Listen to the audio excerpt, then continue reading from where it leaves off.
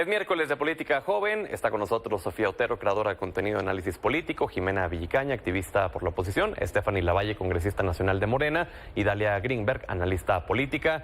Bienvenidas. Gracias. A ver, antes de que pasemos al tema de fondo, que es el tema del paro del Poder Judicial, me parece que queda muy ad hoc que hablemos también de me den un comentario sobre lo que acaban de escuchar. Se eleva a rango de secretaría ya lo que era el Instituto de las Mujeres. Citlali Hernández va a estar a cargo de eso. ¿La escucharon? ¿Qué opinan respecto de los compromisos que manifestó Sofía? Bueno, evidentemente sabemos que en México tenemos una crisis de violencia de género. Que eleven a este rango a secretaría la cuestión de las mujeres, pues responde a una preocupación genuina que existe, y pues lo único que creo que todas y todos en general deberíamos desear es el mejor éxito a Citlali. Dalia. Pues creo que es una gran noticia que se haya elevado a rango de secretaría el tema de las mujeres. Creo que habla mucho de que Claudia sí tiene un compromiso con las mujeres en este sexenio, y ojalá que pues se haga más por las mujeres, porque creo que cuando estuvo en la Ciudad de México, en su gobierno de la Ciudad de México, creo que dejó mucho que desear en el tema de las mujeres. Entonces, pues esperemos que elevara a rango de secretaría, y sobre todo poniendo a Citlali, que es una mujer que yo admiro mucho, que puedo no compartir algunas cosas que ella piensa, pero creo que como feminista y como su carrera política y como en general siempre ha apoyado a las mujeres, creo que es un gran nombramiento, y que pues le deseo mucha suerte, y ojalá que no sea como fue en la Ciudad de México. Jimena.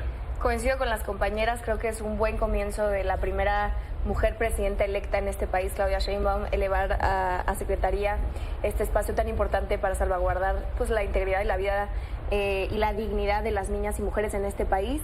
Desearle el mejor de los éxitos, y ahora sí que esto me recuerda un poco a la canción de Vivir Quintana, compañera presidenta, que dedicó tanto a Xochitl Gálvez entonces como candidata, y a Claudia Sheinbaum, que es decirles eso, ¿no? Ahora están asumiendo no solamente este rol tan importante de ser pues ahora sí la mandataria más importante del país, sino que además tiene que llevar consigo siempre presente todas las luchas que hemos encabezado las mujeres, hacerlas valer, y desearle el mejor de los éxitos a Citlali.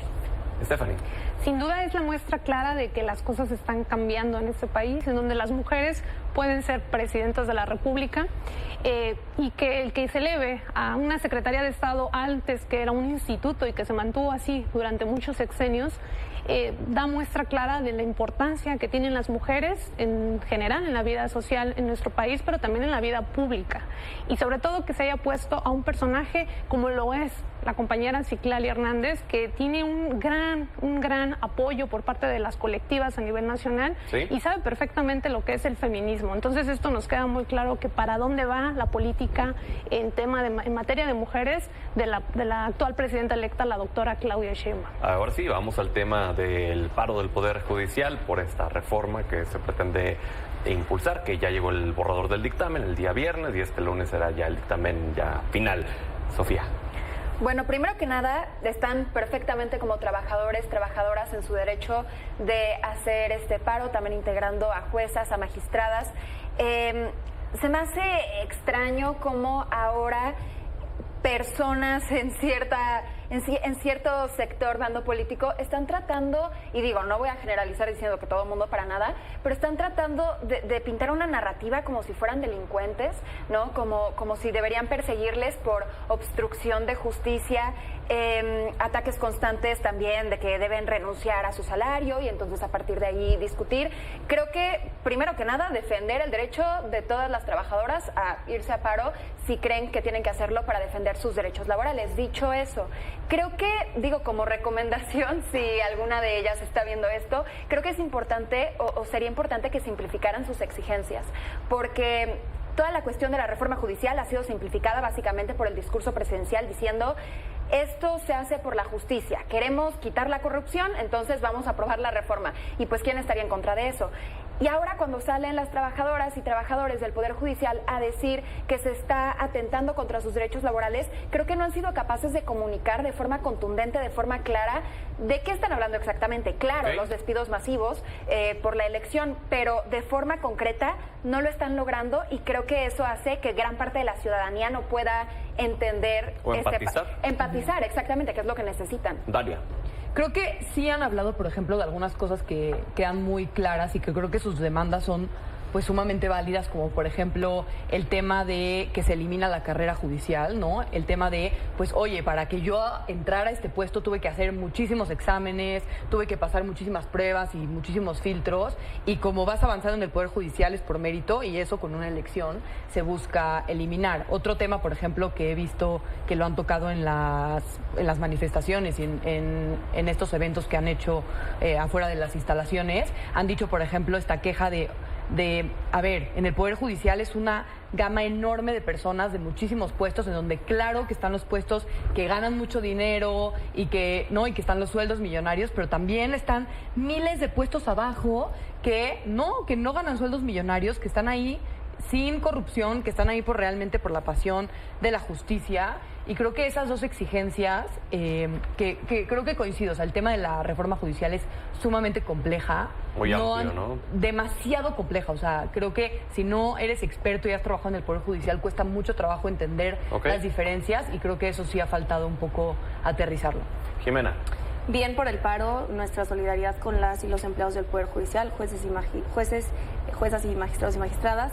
Creo que es importante que se hagan escuchar, que hagan valer su voz, sobre todo porque venimos de esta serie de foros que fueron nada más que una simulación, en donde precisamente no se les dio este espacio para expresar sus inconformidades, o no a la magnitud que les debieron haber dado el espacio. Y creo que sí, las exigencias van ligadas a los derechos primero de ellos como empleados, que les van a vulnerar, pero también la exigencia va pues en este grito desesperado de que esta reforma al Poder Judicial es un capricho que no tiene sentido alguno y que no mejora el sistema de justicia que tenemos en nuestro país, porque los problemas hoy en el Poder Judicial es que acceder a la justicia es caro, es lento el proceso, está colapsando el Poder Judicial, y que además es poco accesible, y la reforma no resuelve de fondo ninguna de estas problemáticas. Y creo que entonces es muy valioso lo que están haciendo hoy las y los empleados del Poder Judicial, pues haciendo valer la voz de muchísimas mexicanas que exigimos una reforma, sí, pero que sea acorde a lo que necesitamos las y los mexicanos.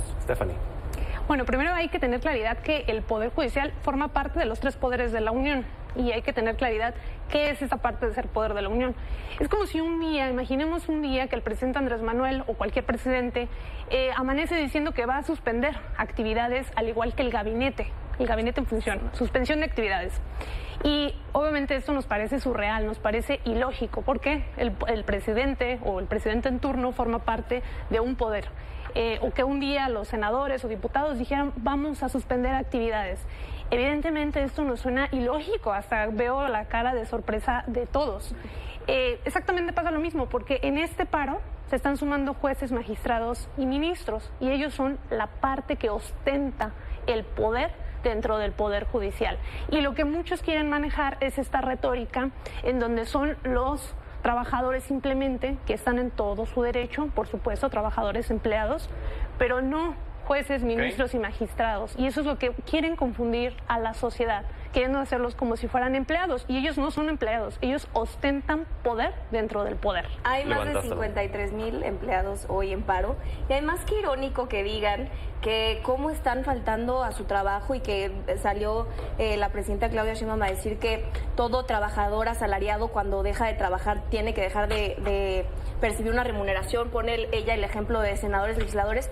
Citlali Hernández, a quien le acabamos de desear mucho éxito, tuvo 423 ausencias como senadora y nunca dejó de cobrar. Arturo Saldívar, que es un traidor, primero porque sigue cobrando una pensión millonaria de la Suprema Corte de Justicia de la Nación, a quien hoy ataca, que además no concluyó su encargo, entonces esta pensión no le corresponde. Dejó de trabajar para el Poder Judicial, se fue a hacer campaña a la presidenta electa, y ahí sí no hubo problema, ¿no? Arturo Saldívar recibe 193,000 pesos, casi 200,000 pesos mensuales, por una pensión que no le corresponde a la Suprema Corte de Justicia de la Nación, y además es un misógino, además de un traidor misógino. ¿Cómo se atreve a decir? Y me da mucha lástima que vengan a seguir perpetuando este discurso de que los trabajadores están ahí por mandato de Norma Piña. Qué misógino Arturo Saldívar al decir eso, y también qué misógino al decir que él la puso como presidenta de la Corte, ¿no? Y esto nada más relata el discurso de Morena. Esto es una venganza política de la Suprema Corte de Justicia de la Nación, porque como dije yo, no resuelve el tema de que es costosa acceder a la justicia, no resuelve el tema de que es lento para las y los mexicanos acceder a la justicia. Okay. ¿No? Entonces, ¿cuál es el fin de esta reforma? Una venganza política, Norma Piña.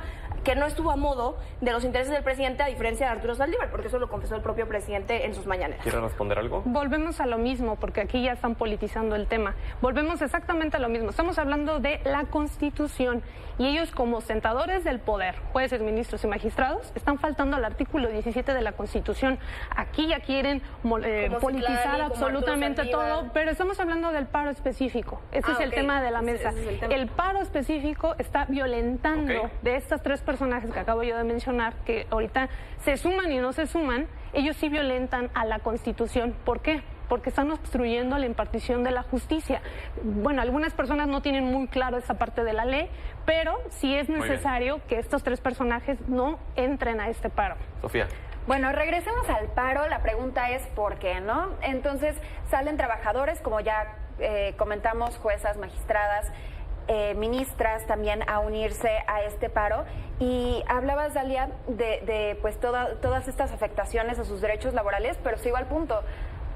Sigue sin quedar claro cuáles son esas vulneraciones. Sabemos que la reforma contempla despidos masivos, pero los puestos que se van a poner a votación, que entonces se refiere a esos despidos masivos, todas estas personas que son jueces, magistradas, etcétera, que van a ser despedidos, pues no estamos hablando tampoco de todo el Poder Judicial. Entonces, ahí es donde yo externalizo la duda, como podemos tener la duda muchas personas en la ciudadanía, y entonces es nuevamente, ¿por qué es el paro? Parece como si el paro fuera nada más en oposición general a la reforma judicial, que recordemos fue un eje central de la campaña de Claudia Sheinbaum, que fue electa, y pues sabemos a razón, ¿no? Entonces, si Claudia no cumpliera pues ese mandato, estaría incumpliéndole a las personas que la pusieron en ese cargo y se metería en problemas ahí. Claro, Dalia.